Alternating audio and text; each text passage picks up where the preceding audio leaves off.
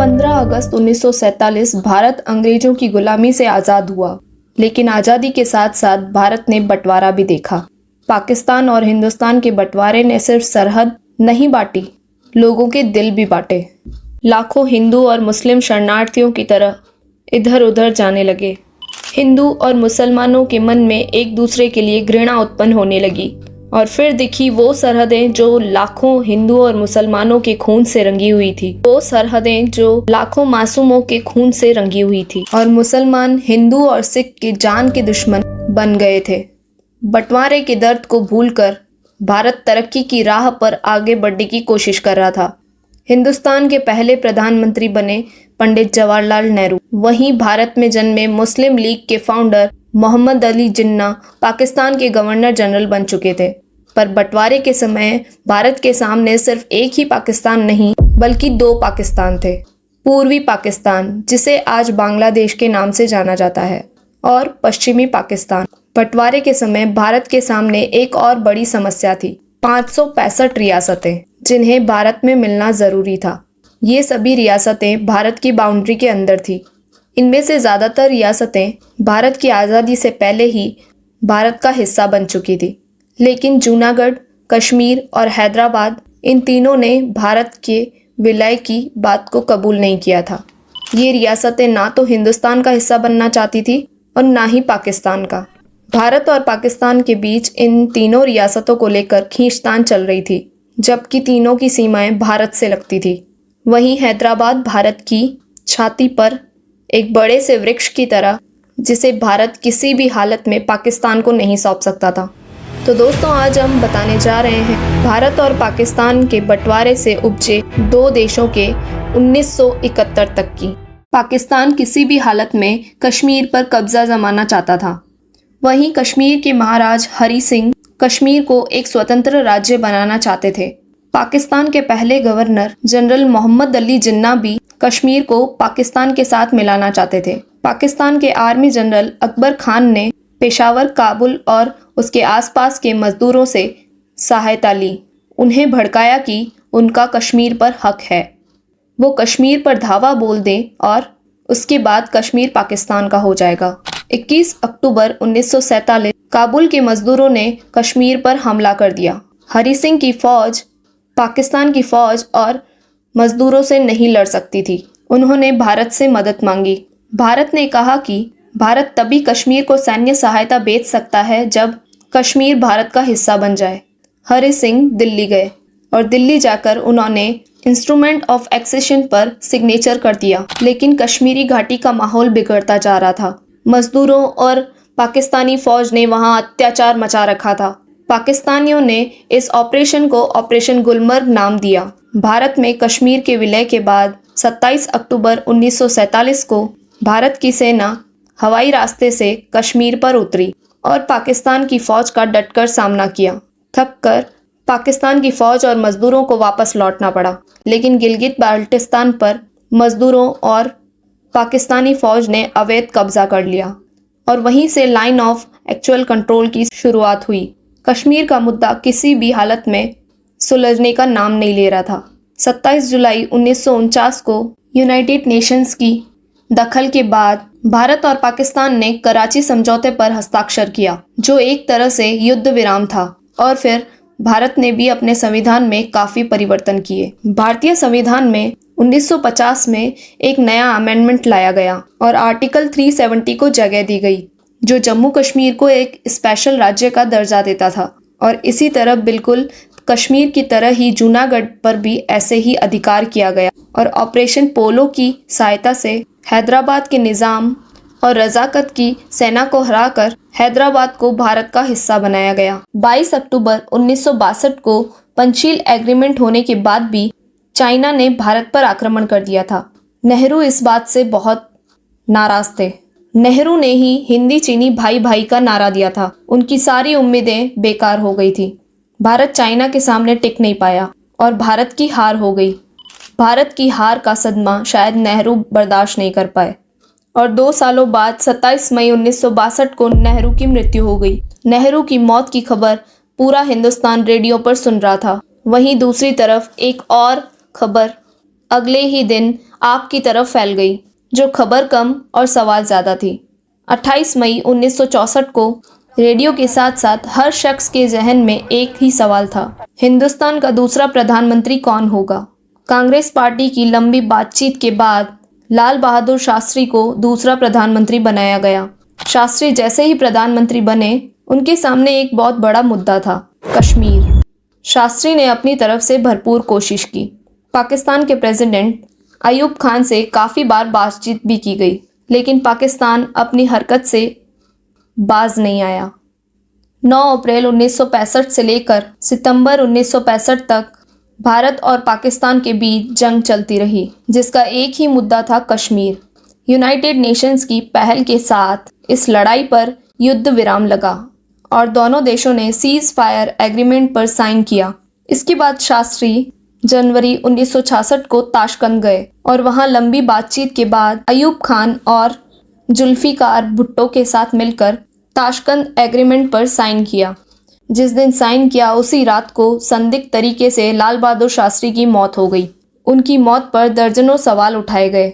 भारत एक बार फिर उसी दोराहे पर खड़ा था, जहां एक बार फिर से तय करना था कि भारत का अगला प्रधानमंत्री कौन होगा। शास्त्री के बाद एक बार फिर से कांग्रेस के लिए प्रधानमंत्री का चुनाव करना बहुत कठिन था। मोरारजी देसाई अपने आप को अगला दावेदार मान रहे थे, जबकि कांग्रेस के कामराज ने इंदिरा गांधी को प्रधानमंत्री पद का असली दावेदार बताया। 24 जनवरी 1966 को इंदिरा गांधी भारत की पहली महिला और तीसरी प्रधानमंत्री बनी। प्रधानमंत्री बनते ही एक महीने बाद इंदिरा गांधी के सामने मिजोरम एक बड़ी समस्या आके खड़ा हुआ। मिजो नेशनल पार्टी ने मिजोरम को एक स्वतंत्र राष्ट्र घोषित कर दिया था। वो भारत का झंडा उखाड़कर फेंक चुके थे। काफी समझाने पर भी जब मिजोरम की नेशनल पार्टी नहीं मानी, तो इंदिरा गांधी ने आर्मी एक्शन की छूट दे दी। आसमान से फाइटर प्लेन ने मिजोरम की नेशनल पार्टी की फौज पर गोलियां बरसाई। इस ऑपरेशन को ऑपरेशन जेरिको कहा गया, पर भारतीय फौज की दखल अंदाजी के साथ ऑपरेशन जेरिको खत्म हुआ और मिजोरम में शांति फैल गई। 1962 के चीन हमले के बाद भारत में इंटेलिजेंस एजेंसी की मांग उठने लगी थी। 1968 में इंदिरा गांधी के शासनकाल में रिसर्च एंड एनालिसिस विंग यानी कि रॉ का गठन हुआ। रॉ के पहले चीफ रामेश्वर नाथ काओ बने। अब रॉ का एक ही मकसद था, पाकिस्तान पर नजर रखना, ताकि पाकिस्तान 62 और 65 की लड़ाई को दोहरा न सके। 1971 का दौर एक ऐसा दौर था जब भारत की इंटेलिजेंस एजेंसी रॉ की नज़र ईस्ट पाकिस्तान और वेस्ट पाकिस्तान पर टिकी हुई थी। जनवरी 1971 रॉ के चीफ सेक्रेटरी रामेश्वर नाथ काओ ने एक सीक्रेट इन्फॉर्मेशन इंदिरा गांधी से शेयर की। रॉ को जानकारी मिली थी कि पाकिस्तान कुछ बड़ा प्लान कर रहा है, क्योंकि याया खान का प्लेन ढाका में उतरा था और कुछ पिक्चर्स के मुताबिक अमेरिकन कार्गो प्लेन से कुछ brand new armoured personnel carrier Dhaka में उतारे गए थे। अब इंडियन आर्मी और रॉ पाकिस्तान को लेकर बहुत ज़्यादा सतर्क हो चुके थे। तभी 30 जनवरी 1971 को इंडियन एयरलाइंस की डोमेस्टिक फ्लाइट फोकर F-27 उर्फ गंगा श्रीनगर एयरपोर्ट से जम्मू सतवारी एयरपोर्ट के लिए उड़ान भर रही थी। उसे 2 आतंकवादियों ने हाईजैक कर दिया था। प्लेन को लाहौर में उतारा गया। प्लेन में बैठे सारे मुसाफिरों को बाद में भारत वापस लौटाया गया, लेकिन प्लेन गंगा को आग लगा दी गई। इस हाईजैक के बाद भारत ने इंडियन स्पेस से पाकिस्तान की उड़ान पर रोक लगा दी थी। अपने ही प्लेन को हाईजैक करवा रॉ और इंडिया ने अपना सारा ब्लेम पाकिस्तान पर लगा दिया। वहीं पाकिस्तान ने कहा कि इस गलत इल्ज़ाम के तहत पाकिस्तान आने वाली सारी एयरलाइंस पर रोक लगा दी। पाकिस्तान ने इस मुद्दे को इंटरनेशनल कोर्ट में ले जाने की धमकी भी दी थी। 1966 में पूर्वी पाकिस्तान यानी कि आज के बांग्लादेश मुसीबतों का सामना कर रहा था। दूसरी तरफ पश्चिमी पाकिस्तान के प्रेसिडेंट अयूब खान विद्रोह का सामना कर रहे थे। विरोध करने वाली पार्टी पाकिस्तान पीपल पार्टी थी, जिसकी शुरुआत जुल्फिकार अली भुट्टो ने की थी। दूसरी तरफ पूर्वी पाकिस्तान की ढाका यूनिवर्सिटी ने एक मोर्चा खोल रखा था। ढाका यूनिवर्सिटी और उसके स्टूडेंट्स ने पश्चिमी पाकिस्तान को ध्यान में रखते हुए एक इल्ज़ाम लगाया कि पूर्वी पाकिस्तान और पश्चिमी पाकिस्तान के फंड में पाकिस्तान की सरकार भेदभाव कर रही है। पूर्वी पाकिस्तान की हालत बहुत खराब है। इस मुद्दे को अवामी लीग के लीडर शेख मुजीबुर रहमान ज़्यादा वक्त देते नजर आ रहे थे। शेख मुजीबुर रहमान पूर्वी पाकिस्तान में ऑटोनॉमी की मांग कर चुके थे उन्होंने अयूब खान को चुनौती दी कि उनकी आर्मी सरकार पूर्वी और पश्चिमी पाकिस्तान को एक साथ नहीं संभाल सकती।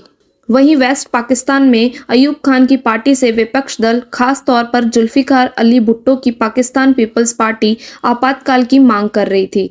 साथ ही पाकिस्तान पीपल्स पार्टी भुट्टो और उसकी सभी ऑपोजिशन पार्टी के मेंबर को रिहा करने की मांग भी कर रही थी, जिन्हें कुछ समय पहले अयूब खान ने गिरफ्तार करवा दिया था। अयूब खान की सरकार पर काफी दबाव बढ़ चुका था और जल्द ही पाकिस्तान की राजनीति पूरी तरीके से बदलने वाली थी। 25 मार्च 1969 को अयूब खान ने अपनी सारी जिम्मेदारी याया खान को सौंप दी और खुद शांति से इस्तीफा दे दिया। याया खान की सरकार भी एक मिलिट्री सरकार थी। दूसरी तरफ ईस्ट पाकिस्तान में अवामी लीग के लीडर शेख मुजीबुर रहमान और पीपल्स पार्टी के लीडर जुल्फिकार भुट्टो एक दूसरे के खिलाफ हो चुके थे। 1970 में पाकिस्तान आम चुनाव जीतने के बाद वेस्ट पाकिस्तान के नेता अवामी लीग को सरकार बनाने नहीं दे रहे थे, जिससे नाराज होकर अवामी लीग के नेता भाषा के आधार पर अलग राष्ट्र की मांग कर रहे थे। यहाँ से बांग्लादेश की शुरुआत हुई, जिसके रास्ते में बहुत सारी रुकावट आने वाली थी। 27 मार्च 1971 को वेस्ट पाकिस्तान की आर्मी ने ऑपरेशन सर्च लाइट को अंजाम दिया। इस ऑपरेशन के तहत पाकिस्तान की आर्मी याया खान के आदेश पर ईस्ट पाकिस्तान पर धावा बोल चुकी थी। ईस्ट पाकिस्तान में बंगालियों का कत्लेआम किया जा रहा था। चुन चुनकर पढ़े लिखे बंगालियों को मारा जा रहा था, ताकि पूर्वी बंगालियों को लीड करने वाली कोई छवि आगे ना आ सके। ईस्ट पाकिस्तान में सिविल वॉर जैसी स्थिति हो चुकी थी। हर तरफ सिर्फ बर्बादी का मंजर नजर आ रहा था। रॉ और आर्मी के साथ इंदिरा गांधी का मानना था कि पूर्वी पाकिस्तान की हालत जितनी ज्यादा बिगड़ेगी, भारत पर भी उतना ज्यादा खतरा बढ़ता जाएगा। मार्च में ईस्ट पाकिस्तान से लाखों बंगाली पश्चिमी बंगाल, त्रिपुरा, मिजोरम, मेघालय शरणार्थी के तौर पर आ रहे थे। सिर्फ कोलकाता में 2.5 लाख से ज्यादा रिफ्यूजी कैंप पर रुके हुए थे।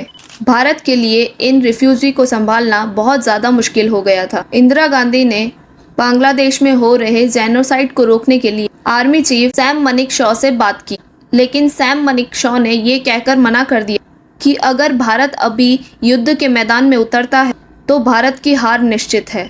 इंदिरा गांधी ने युद्ध का सारा फैसला सैम मनेकशॉ पर छोड़ दिया। वहीं रॉ की नज़र लगातार पाकिस्तान पर टिकी हुई थी। इसी बीच भारत ने बांग्लादेश की मुक्ति वाहिनी फौज को ट्रेनिंग देना स्टार्ट कर दिया। बांग्लादेश की मुक्ति फौज कॉन्ट्रैक्ट सबसे पहले असम की डेल्टा आर्मी कंपनी से हुआ। मुक्ति वाहिनी फौज में शामिल सभी सोल्जर लुंगी, टी शर्ट और जैसे कपड़े और सामान्य जूते पहनकर अपनी ट्रेनिंग पूरी कर रहे थे, ताकि वे जब बांग्लादेश में दाखिल हो पाकिस्तान की आर्मी को उन पर शक ना हो। 6 अलग अलग डिवीजन बनाकर 5 से 6 महीने तक लगातार मुक्ति वाहिनी की सेना को पाकिस्तानियों से लड़ने के लिए ट्रेन किया गया। भारत ने न सिर्फ ट्रेनिंग दी, बल्कि उन्हें हथियार, खाना, कैंप सब कुछ उपलब्ध करवाया। नवंबर के आखिरी हफ्ते में रॉ के पास एक खुफिया खबर आई। खबर थी कि पाकिस्तानी एयरफोर्स 1 या 2 दिसंबर को भारतीय एयरबेस पर अटैक करने वाली है। एयरफोर्स के सारे ऑफिसर्स इस खबर को सुनते ही अलर्ट हो गए। 1 और 2 दिसंबर को इंडियन एयरफोर्स के सारे ऑफिसर्स हाई अलर्ट पर बैठे हुए थे, लेकिन न तो 1 तारीख को कोई हमला हुआ, ना ही 2 तारीख को। आखिरकार 3 दिसंबर 1971 को शाम करीब 5 बजे पाकिस्तान एयरफोर्स ने इंडियन एयरबेस और इंडियन रडार सिस्टम पर हमला कर दिया। ज़्यादातर हमले भारत के वेस्टर्न सेक्टर पर किए गए थे, जिसमें पंजाब, जम्मू कश्मीर, हरियाणा और राजस्थान के एयरबेस शामिल थे। इस अटैक के तुरंत बाद इंदिरा गांधी ने रेडियो के जरिए युद्ध का ऐलान कर दिया।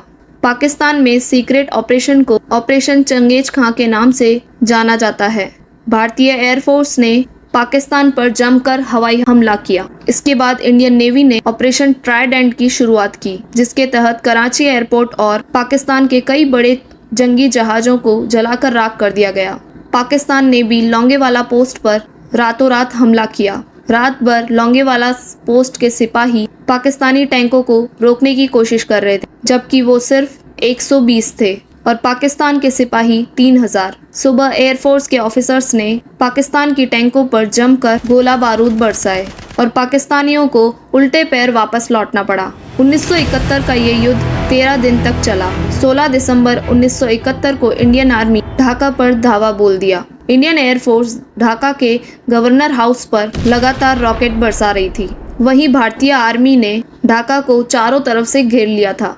अब पाकिस्तान किसी भी हालत में भारत की फौज का सामना नहीं कर सकते थे। 16 दिसंबर शाम 4:55 पर पाकिस्तान के लेफ्टिनेंट जनरल ए नियाजी ने अपने 93,000 सिपाहियों के साथ भारत के सामने सरेंडर कर दिया। ये भारत की सबसे बड़ी जीत थी, बल्कि द्वितीय विश्व युद्ध के बाद ये किसी आर्मी का सबसे बड़ा सरेंडर माना जाता है। तो दोस्तों, ये 1947 से 1971 की कहानी आपको अच्छी लगी तो चैनल को लाइक और सब्सक्राइब ज़रूर कर दीजिए।